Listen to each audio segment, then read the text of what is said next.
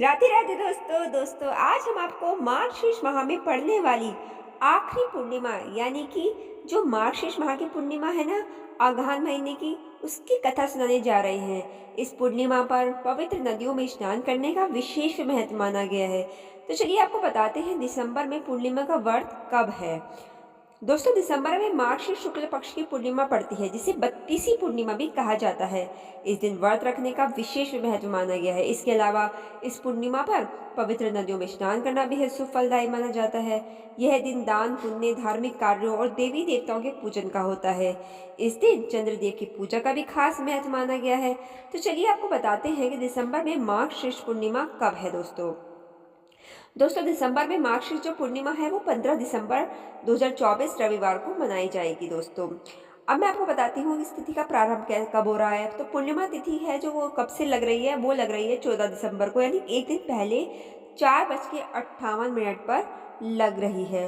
और जो इसका समापन होगा, जो समाप्त होगी, वो 15 दिसंबर को 2:31 पर ये समाप्त हो जाएगी। दोस्तों, मार्गशीर्ष पूर्णिमा के दिन व्रत रखने वाले जो होते हैं ना, वो दिन भर फलाहार करने के बाद रात में चंद्रमा को अर्घ देकर व्रत का पारण पारण करते हैं। मार्गशीर्ष पूर्णिमा के दिन पूरे विधि विधान से लक्ष्मी नारायण के साथ में मतलब पूजा करनी चाहिए। और व्रत रखने से जीवन के सभी जो दुख होते हैं वो दूर हो जाते हैं। इस दिन विष्णु भगवान को पीले रंग के फल, फूल और वस्त्र चढ़ाने चाहिए।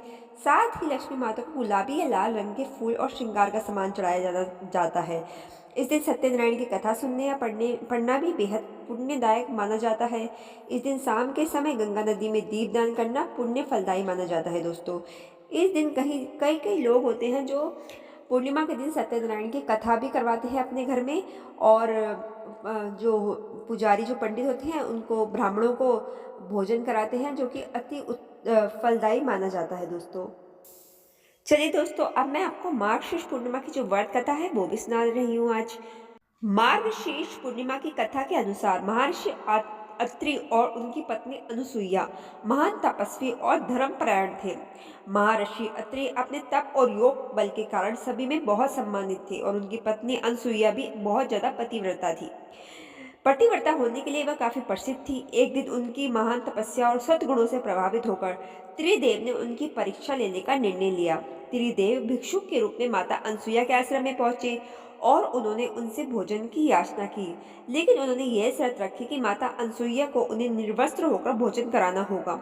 अनसुईया ने अपने तप बल से उन तीनों को छोटे बच्चों में बदल दिया और फिर उन्हें निर्वस्त्र होकर भोजन कराया। जब महर्षि अत्रि वापस लौटे तो उन्होंने देखा कि 3 छोटे छोटे बच्चे अनुसुईया के पास खेल रहे हैं। इसके बाद अनुसुईया ने पूरी घटना उन्हें बताई। महर्षि अत्रि ने अपने योग बल से तीनों के वास्तविक रूप को पहचान लिया। इसके बाद महर्षि अत्रि और अनुसुईया की भक्ति और तप से प्रसन्न होकर त्रिदेव अपने वास्तविक रूप में वापस आ गए और उन्होंने उन्हें वरदान दिया। त्रिदेव ने महर्षि के यहाँ एक पुत्र के रूप में जन्म लिया। कहते हैं कि महर्षि अत्रि और माता अनुसुईया के पुत्र ही भगवान दत्तात्रेय के रूप में प्रसिद्ध हैं। इसलिए ही मार्गशीर्ष पूर्णिमा के दिन भगवान दत्तात्रेय की पूजा की जाती है। इसके अलावा ये दिन भगवान विष्णु और शिव जी की आराधना के लिए भी महत्वपूर्ण माना जाता है। दोस्तों, तो इस दिन एक कथा तो ये हुई, और इसकी एक और कथा है। मार्गशीर्ष माह की एक दूसरी जो पूर्णिमा की व्रत कथा है, उसके अनुसार एक बार नारद जी भगवान विष्णु के पास बहुत ही दुखी होकर पहुंचे और कहा कि उनसे दुखी मनुष्यों के कष्टों को देखा नहीं जा रहा।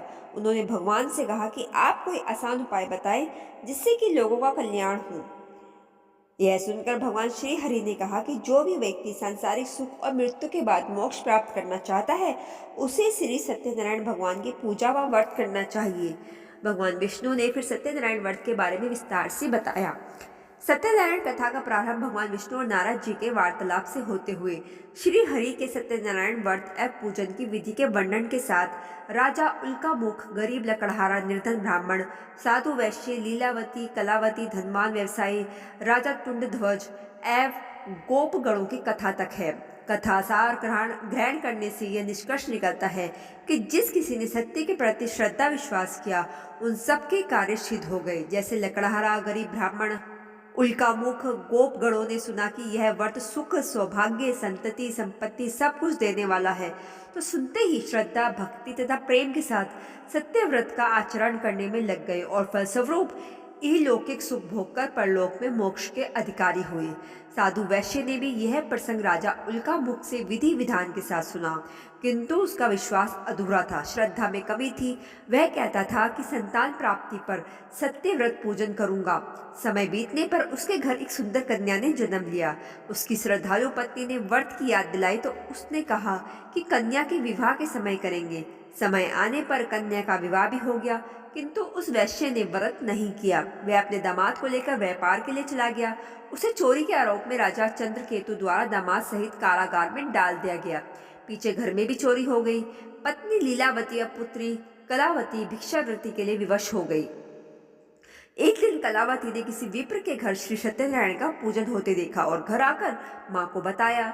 तब माँ ने अगले दिन श्रद्धा से व्रत पूजन कर भगवान से पति और दामाद के शीघ्र वापस आदि का वरदान मांगा। श्री हरि प्रसन्न हो गए और स्वपन में राजा को दोनों बंदियों को छोड़ने का आदेश दिया।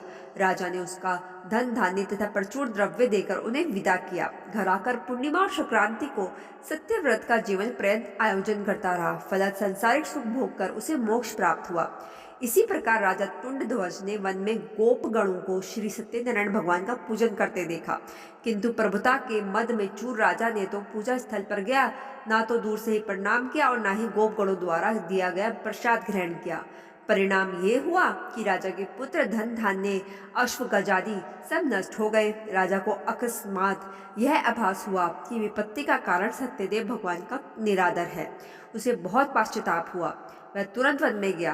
गोपगणों को बुलाकर काफी समय लगाकर सत्यनारायण भगवान की पूजा की। फिर उसने उनसे ही प्रसाद ग्रहण किया तथा घर आ गया। उसने देखा कि विपत्ति टल गई और उसकी सारी संपत्ति तथा जन सुरक्षित हो गए। राजा प्रशंसा से भर गया और सत्यव्रत के आचरण में निरत हो गया तथा अपना सर्वस्व भगवान को अर्पित कर दिया। श्री सत्यनारायण व्रत से हमें शिक्षा मिलती है कि सत्य रूप ब्रह्म जीवात्मा रूप में हमारे अंदर विद्वान है। हम सब सत्य के ही स्वरूप हैं, पर माया के वश में आकर नष्ट होने वाली वस्तुओं को संग्रह करने की सोचकर संसार में मगन हो रहे हैं। इस अज्ञान को दूर करके सत्य को स्वीकार करना और प्रभु की भक्ति करना ही मानव का धर्म है।